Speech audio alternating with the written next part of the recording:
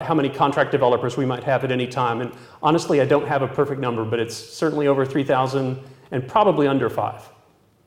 So 10 consultants to, let's say, 4,000 developers. I don't know if that's a happy ratio, but that's where we are. And of course, we would always like to get more investments in security, but I think that's about where we seem to be leveling off at. We were building the program, adding consultants for the first 4 years, and I think we're going to probably stick at 10 for a while unless we find that there are problems, incidents, that sort of thing. Other questions? Yes, question? Yeah, the new employees that join the firm, the company or external contractors, do you have a crash program or something? Yes, so the question is for new employees to the company, they are required to take a developing secure systems course. Contractors are held accountable if, let's say, for example, they're offsite. We would hold the external consulting company responsible via legal contract that their developers knew secure development practices. And we would, if they're on site, we'd certainly make our training available to them. I think one area where we could improve is probably on metrics around education. We know that they're doing compliance checks, but we ourselves are not responsible for the compliance portion. That's another group. What we've decided to do for the current time is to show completion statistics to each VP within information technology, within product group and services, so that they understand how educated their developers are. And we try to explain the business value of training them at the beginning so that they don't make the mistakes as they're working on their projects. Other questions? Yes? Since you mentioned metrics, how do you track the success of the program besides the number of projects you get involved in? Yeah. So around metrics, how do we track the success of the program besides just sheer project engagement? And I think one of the most helpful metrics we get out of our source code analyzer is the number of hot or critical issues that we prevented from going into production. That's really compelling to our executive leadership. They like hearing that, and in the first 2.5, 3 years, the number was around 40,000 hot issues that we prevented from getting into production. Because, yeah, question? So let's say your tool shows that you prevented 20,000 vulnerabilities for going into production. Mm-hmm. Isn't it problematic that you have these 20,000 vulnerabilities in the first place? Excellent question. So if the tool has showed up 20,000 vulnerabilities, isn't it a problem that those developers didn't already know how to prevent that? Is that kind of the question? Yeah. It is a problem. And we haven't reached the level of sophistication with every development team around the country, around the company, as we would like to have. So I think now we're at the point in the maturity of our program where we need to put more emphasis on the very point that you raised, which is if we're training correctly, they're taking the training and passing, why are they not coding correctly? It's also true, though, that we're telling them to scan their code throughout the development lifecycle, not just at the end. So if they scan early and they have a few hundred issues, they scan later and they have 0 issues, that's really a success story too. It's not the best. You would prefer that they had 0 at the very beginning. But we think the source code analyzer tool is actually an educational tool in itself because it comes with great documentation about how to fix the problems. So that's another component of our training program, kind of by accident. Yeah, question? We use Fortify, and we recently switched from Fortify Manager to Fortify 360. We're really happy with the tool. There were a couple of things that we were looking for in a tool. It had to be able to handle Java, had to be able to handle .NET, and it had to have enterprise reporting so that development teams could upload their scans. We could see the audit trail of when they uploaded and provide that as evidence for our compliance efforts. Yeah, question? Matrix is something which is very interesting. Would you be willing to share the matrix that you use? So the question is about metrics. Would we be willing to share what we use?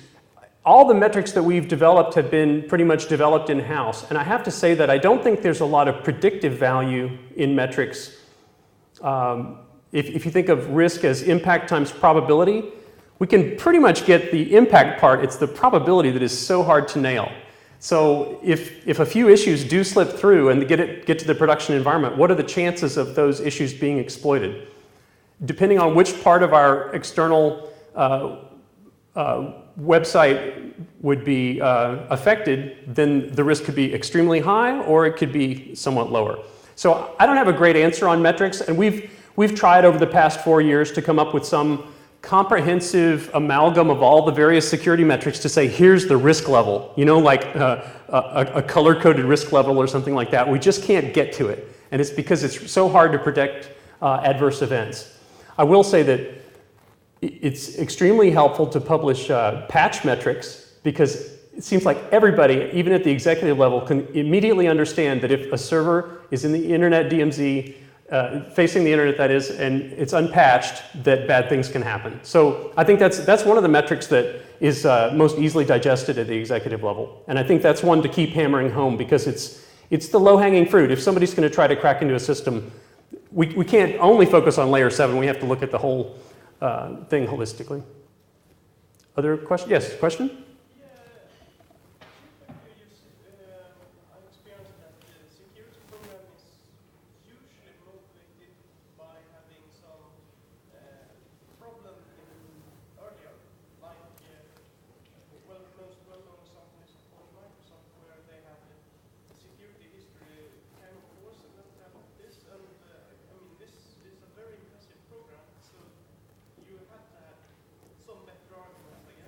So that's a good question. What was the motivating factor for coming up with a security program? How do we get it funded? What was the adverse event that made us decide to devote more resources to security consulting?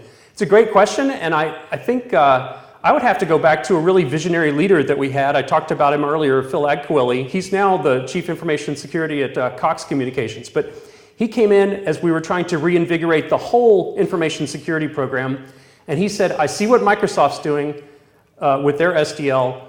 We can't ignore that, and we have to respond to it. We have to start making investments. And it just happened to be the perfect alignment of a really motivated leader. I guess we had enough budget at the time to begin ramping up in this area, and there were probably enough sad stories about incidents or whatever. I can't really speak to any, but I'm sure that there had to have been some problems that existed that people knew that they had to prevent in the future. Yeah, good question. Other questions? Okay.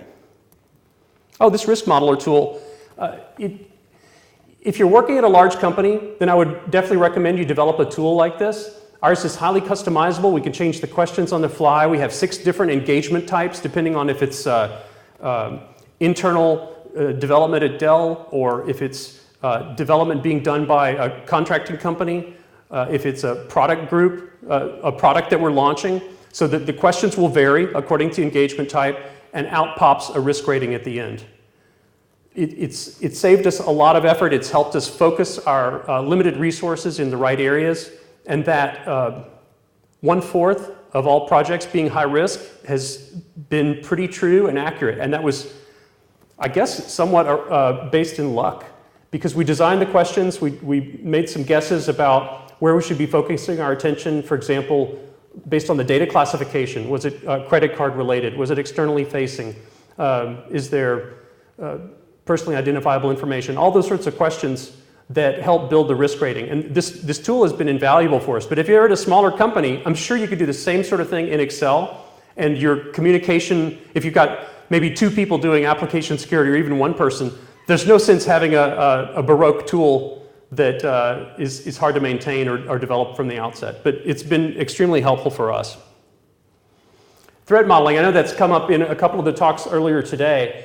And we reserve threat modeling primarily for product group, for services, and for high-risk IT projects. One of the challenges we face in IT is that teams are not so accustomed to doing data flow diagrams as part of their development methodology for IT. They're much more off-the-cuff, seat-of-your-pants sort of coders. And so if you don't have the data flow diagram as an input to your threat modeling process, it makes it really difficult. So we're trying to do a couple of things to adapt to that need in IT for a lighter weight threat modeling. So we still encourage high-risk projects to do the full-bore serious threat modeling with data flow diagrams, et cetera. But we've rolled out 2 other approaches for lightweight threat modeling. And frankly, experienced security consultant can kind of interview the development team, start poking around, asking questions about the trust boundaries and about the data and that sort of thing. And I think they can come up with a lot of that stuff in a very short period of time, versus some threat models can take multiple days. It's a lot of commitment from the security team, which we can't really apply one security consultant for multiple days doing a threat model unless it's a really high-risk endeavor. Are other people doing threat modeling and experiencing kind of similar concerns about the return on investment? Okay. Source code scans, I talked about this. This is certainly not the most important part of our security program, but it is a key component, and it does have that educational role to play. We've had great luck with this particular vendor, and another thing that I didn't mention when I was talking about the attributes we needed in a source code analysis tool was they were ready to support installation of their tool on Vista, and it would support .NET Framework 3.5 sooner than all the competition. And we've got a lot of early adopters in our development community, so it was crucial that we have support for newer OSs, newer development environments. Pre-deployment scans are typically reserved for high-risk projects, and they're at the discretion of the consultant.